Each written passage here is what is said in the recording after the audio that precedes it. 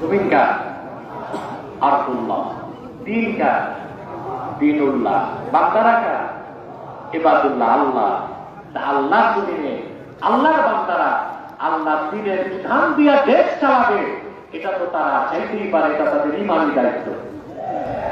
এখানে স্বাধীনতার চেতনা আর সাম্প্রদায়িকতার বিষ-বাষ্প তুলে এই দেশের জনতাকে কোরআন কারীমের রাজ প্রতিষ্ঠার মিশন থেকে দূরে সরানো যাবে না ইনশাআল্লাহ।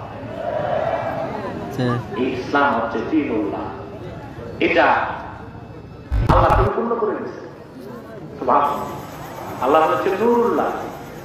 এবার আসেন আমাদের দেশের কিছু বুদ্ধিজীবী, রাষ্ট্রচিন্তক, তথাকথিত সুশীল সমাজ, তারা ইসলামের বিপক্ষে দুইটা অপপ্রচার করে। আমি তার জবাব দিয়ে দিচ্ছি, যেটা আজকে আমাদের বিষয়টাই ইসলামের পূর্ণাঙ্গ পরিচয়। বিষয়টা বুঝছেন, ইসলামকে পূর্ণাঙ্গ না চিনলে আপনি খাঁটি মুসলিম হতে পারবেন না। আর খাঁটি মুসলিম না হলে দুনিয়াতেও কল্যাণ নাই, আখিরাতেও মুক্তি নাই। সাবজেক্টটা বুঝছেন না? তাহলে কথা বলুন, বুঝছেন আপনারা পারবেন। আল্লাহ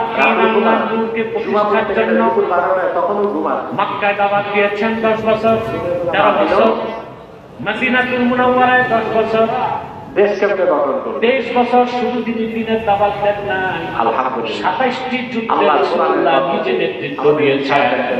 তিনি উহুদে গিয়েছেন, খন্দকে গিয়েছেন, বদরে গিয়েছেন, তাইফে আল্লাহ গিয়েছেন, দিনের বেলাতেও গিয়েছেন, তারপরে এই হুসাইনিয়া মাদ্রাসা উহুদ ময়দানে রাসূলুল্লাহ নিজের প্রাণ বরণ শহীদ আর করেছেন। বড় একটা সাক্ষী তাইফের ময়দানে রক্ত ঝরিয়েছেন।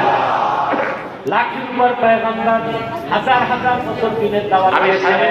আল্লাহ তার নূরকে পরিপূর্ণ করেন নাই, কিন্তু 1000 বছর আগে মুহাম্মদ সাল্লাল্লাহু আলাইহি ওয়াসাল্লামের 23 বছরের মেহনত আর জিহাদের কারণে আল্লাহ রাব্বুল আলামিন তার দ্বীন ইসলাম তার নূরকে পরিপূর্ণ করে দিয়েছেন।